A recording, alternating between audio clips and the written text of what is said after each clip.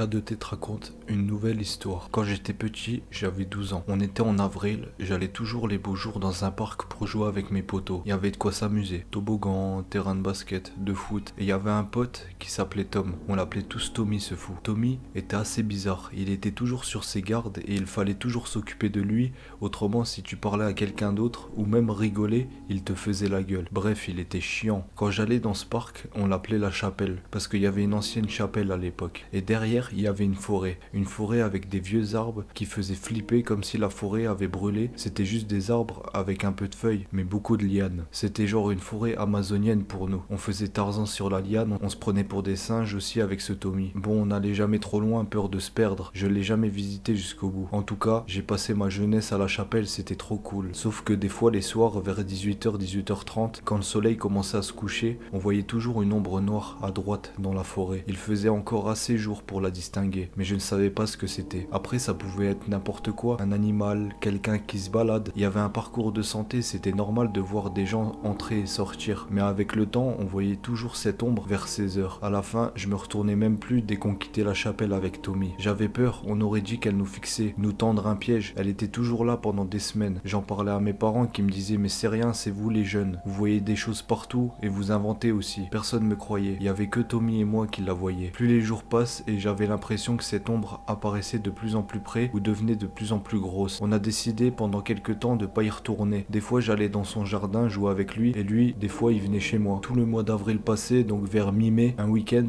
on a pris nos cojones et on est parti taper un foot à la chapelle. Il faisait super beau ce jour-là. Le soleil annonçait 25 degrés, pas de vent, pas de pluie, le moment idéal pour faire le goal. Donc moi j'étais au cage et Tommy tirait des frappes du turfu. Il en avait pas beaucoup enfilé dans les cages parce que j'étais un putain de goal. Bref, une après-midi de fou, on était crevés. Du coup, on fait notre fin d'après-midi et on repart un peu trop tard. C'est même la daronne de Tommy qui était venue le chercher. Il était 19h15, je m'en rappelle. D'habitude, on partait de la chapelle vers 18h30. Le pauvre, il s'est pris un savon. Tommy sur le coup s'énerve et il frappe dans la balle. Une grosse frappe, jamais vu ça. Au fond du parc, près de la forêt. Sur le coup, j'ai pas fait gaffe, donc j'ai voulu aller rechercher la balle et en courant vers l'endroit que je détestais, sans me poser de questions, je cours et je tombe. En me relevant, la balle était bien plus loin que je pensais. On aurait dit qu'elle s'était téléportée plus loin, mais cette fois-ci dans la forêt. Je la voyais, j'étais à la limite des arbres et je la voyais trop bien parce qu'elle s'était coincée dans un arbre à ce moment-là. Je me retourne et vois la mère de mon pote l'emmener de force et lui gueuler dessus. Du coup, moi je me retrouve solo avec le soleil qui se couche et je vois que tout le monde part de la chapelle. Je commence à sortir quelque chose de froid dans le dos et commence à être bloqué, tétanisé, comme si quelqu'un me soufflait dans le cou. J'ose pas me retourner. Devant moi, la chapelle se vidait. J'étais jeune et je pouvais pas crier. Sur le coup d'adrénaline, je commence par me retourner et vois de bas en haut un homme tout en noir avec juste les yeux apparents. Il était camouflé du visage avec des gants et une taille monstrueuse. Il me regarde de haut en bas et me dit viens avec moi, j'ai une maison dans la forêt. Nous pourrions être heureux. Je n'ai jamais eu d'enfant. À peine qu'il ait fini sa phrase, j'hurle de peur et me sauve en sortant de cette foutue chapelle. Et pour la dernière fois, je me retourne. Il y avait personne, juste l'ombre à droite. Je pleure et je rentre chez moi et explique tout à mes parents. Sur le coup, ils pensent que je délire et m'interdisent d'y aller. 2 ans après, je retourne à cette chapelle à la même heure.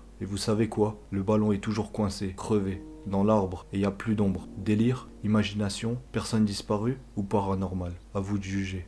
Bref, c'était K2T pour une nouvelle histoire flippante. Et je vous laisse, la bise.